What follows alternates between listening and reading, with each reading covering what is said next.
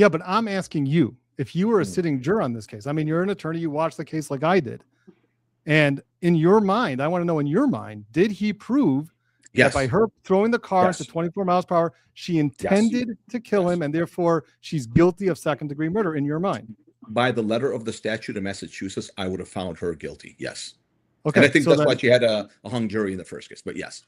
okay, fine. So good. So then, I mean, I'm just making it clear that Yeah. your opinion is that he proved this case beyond a reasonable doubt, even for the second-degree murder, because by her putting Yes. the car into 24 miles per hour backwards and then Yes. gunning it, obviously she's telling me, because I'll tell you why. Because I when I hear this argument sometimes that, you know, they should have found her guilty on the manslaughter and not the intent, I don't know what people do with the 24 mile per hour backward maneuver.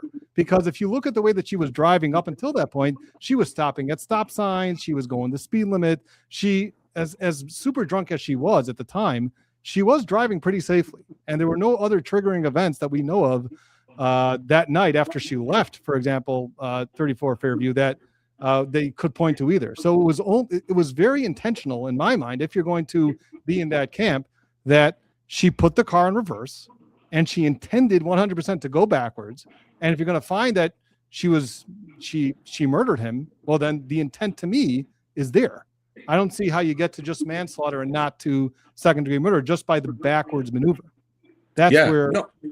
Yeah. If you're asking me if I was on the jury, would I have reached the conclusion you just reached? The answer is absolutely yes. But again, Okay.